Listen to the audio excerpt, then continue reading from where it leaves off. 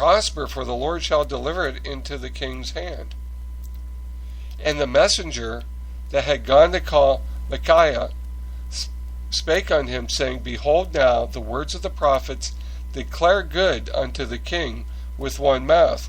Let thy word, I pray you, be like the word of one of them, and speak that which is good. So now the officer is saying, threatening the prophet, saying, you got to agree with these other guys or I'm going to take you out. And Micah says, as the Lord lives, what the Lord says unto me, that will I speak. So I came to the king, and the king said unto him, shall we go against Ramoth Gilead to battle, or shall we forbear? And the prophet answered him, go and prosper, for the Lord shall deliver it into the hand of the king. Now he must have said it in such a tone that the king caught on to it, because the king says, how many times shall I adjure you that you tell me nothing but that which is true in the name of the Lord?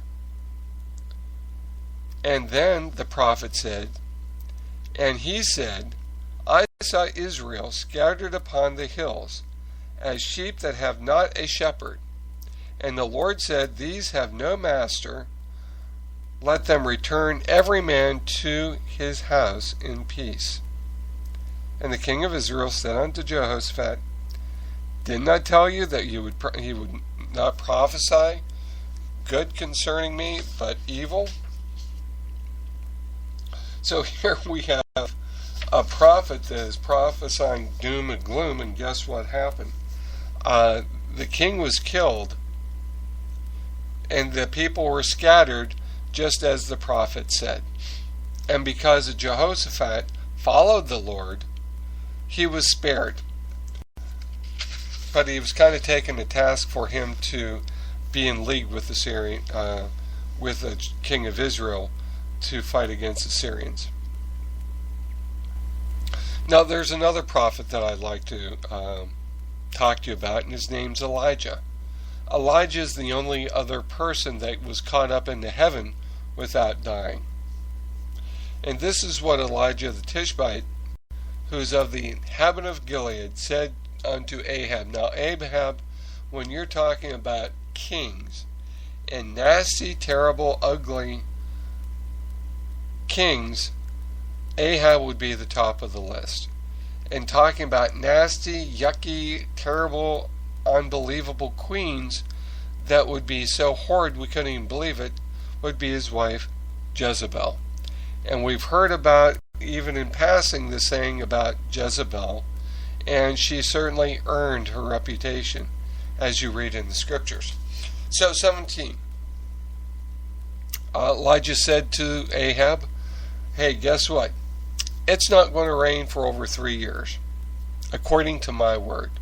Of course, his word is the Lord's word. And it came to pass after many days that the word of the Lord came unto Elijah in the 3rd year, saying, go and show yourself unto Ahab, and I will send rain upon the earth. Now between chapter 17 verse 1 and 18 verse 1, it talks about Elijah going and staying with this woman for the 3 years, and them living on a little bit of flour and a little bit of oil, which did not run out the whole time that there was the drought and the famine.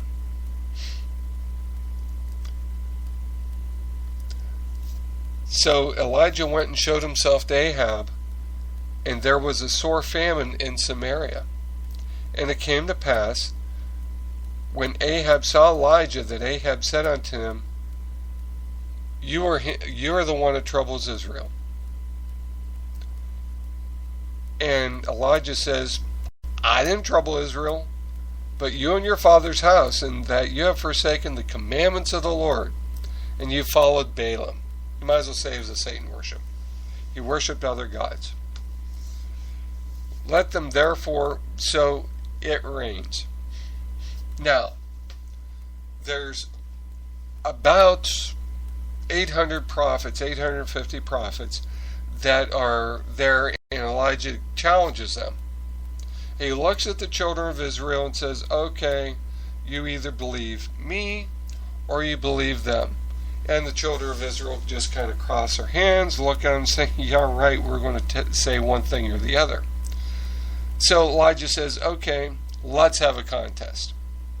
I want you to take 2 cows, and I want you, well, they were bullocks, so they were bulls, and he said, you choose one and I'll choose the other. Lay it on pieces, cut it up in pieces, lay it on wood and put no fire under it, and I will dress the other bullock and lay it on wood and put no fire under it. So Elijah said, okay, you guys, you choose the bullock, you sacrifice him, don't put any fire in it, and call upon your gods to light the fire. Well, they were dancing, screaming, hollering, cutting themselves, jumping up and down, and nothing was happening. And it says in verse 27, it came to pass at noon, Elijah mocked them, saying, cry aloud, for he is a god. Either he is talking, or he is pursuing someone, or he is on a jury, or peradventure he is sleeping. And you have to wake him up.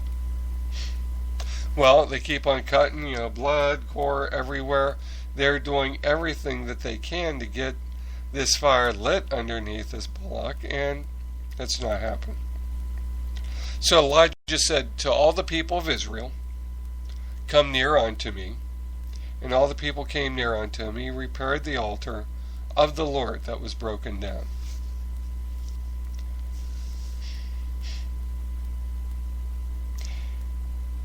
And the end result of this was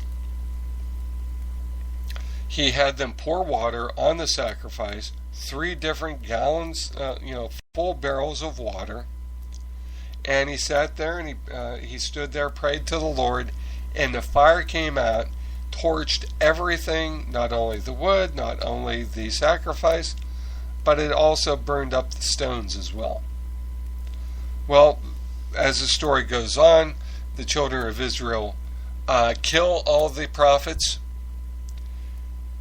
and Jezebel here's what happens and says, okay, by nightfall Elijah's a dead man, and that's another part of the story. Jeremiah states in 14:14, then the Lord said unto me, prophets prophesied lie in my names, I sent them not, neither have I commanded them, neither spake unto them. They prophesy unto you false vision and divination, and a thing of naught, and a seed of their hearts. In Lamentation it also states, the prophets have seen vain foolish things, for you, and they have not discovered your iniquity, to turn away your captivity, but have seen for these false burdens and cause of banishment. So what happened at this time, this is the time of Nebuchadnezzar, and Nebuchadnezzar was going to overrun Israel. But all these prophets are prophesying, saying, oh no, they won't happen. We'll destroy them. We'll break the fetters off of Nebuchadnezzar, and he won't take us out. Well, Nebuchadnezzar took them out. He destroyed the temple, destroyed Jerusalem, broke down the walls, and Jerusalem sat like that for 70 years, until, as the prophets Jeremiah and Israel stated, that Jerusalem would be built again. And that's what happened during Ezra and Nehemiah. They came and built the temple again. Well, we also have our false prophets of the day. Some of these are familiar, some of them are not. There's a group called the Church Universal and Triumphant, which was led by Elizabeth Clare Prophet. Prophecies that she stated that did not come true. David Berg, who was the leader of the Children of God, prophesied things that did not come true. David Koresh, another one, false prophet, said that he was Jesus. He and 51 other people died in an inferno back in the early 1990s, false prophet. Jim Jones, everybody's familiar with Jim Jones, one of the most infamous cults in the United States. Basically, it laid bare the cults in the 70s and the 80s and brought the awareness, really, of what cults were and how damaging they were. Of course, he died too. A lot of people think that Nostradamus is a prophet, but their prophecies that he's prophesied are so ambiguous that you really have to try to fit them in to say that they are true. Some of the things, yeah, they may have come to pass, but everything has to come to pass. Edgar Cayce, he was a spiritist. They would call him a prophet. There again, not true. Arthur Conan Doyle, of Sherlock Holmes fame, he was also into Spiritism, in the Theosophy movement. There again, prophecy, the seance, people that ran seances that would speak things that were not true. Madame Blavatsky of the Theosophical Society, again, a prophet, one of supposedly the ascended masters, that did not speak according to what the scripture states, and was not a true prophet. Muhammad, Islam. He was called a prophet, though he did no miracles, nor was his words followed. Well, they were followed by some people, but there again, prophesying things that were not true, trying to make himself of something that he wasn't, yet out of his prophecies and out of his books came a huge religion called Islam. Bhagwan Sri Rajneesh. Now you have to go back into the 80s to talk about this one. This is a guy with 23 Rolls Royces. This was eat, drink, and be merry. Whatever you want to do it. Free love, free sex, anything that you wanted to experiment with. This was part of the Bhagwan Sri Rajneesh's movement. Apparently he got chased out of the country. Ramtha. This was New Age. This was a 23,000-year-old or 70,000-year-old being that was being channeled through a woman named J.Z. Knight.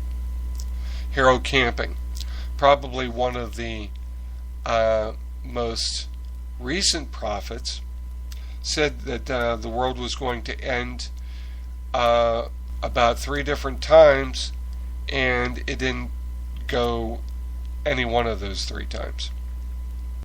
Warren Jeffs, another false prophet. Joseph Smith, the founder of Mormonism, false prophet. Charles Taze Russell, the founder of the Jehovah's Witnesses, a false prophet according to the scriptures. So what does God want us to know? He gives us the test that we've already spoken about to know whether a prophet is true, and has warned us against false ones. I don't need to go through that again, because we know that if a prophet doesn't prophesy something and it doesn't come to pass, well, not a true prophet. What do I want you to do? I want you to use the litmus test for prophets. You know, in the New Testament it doesn't say that we should kill them, but we certainly cannot listen.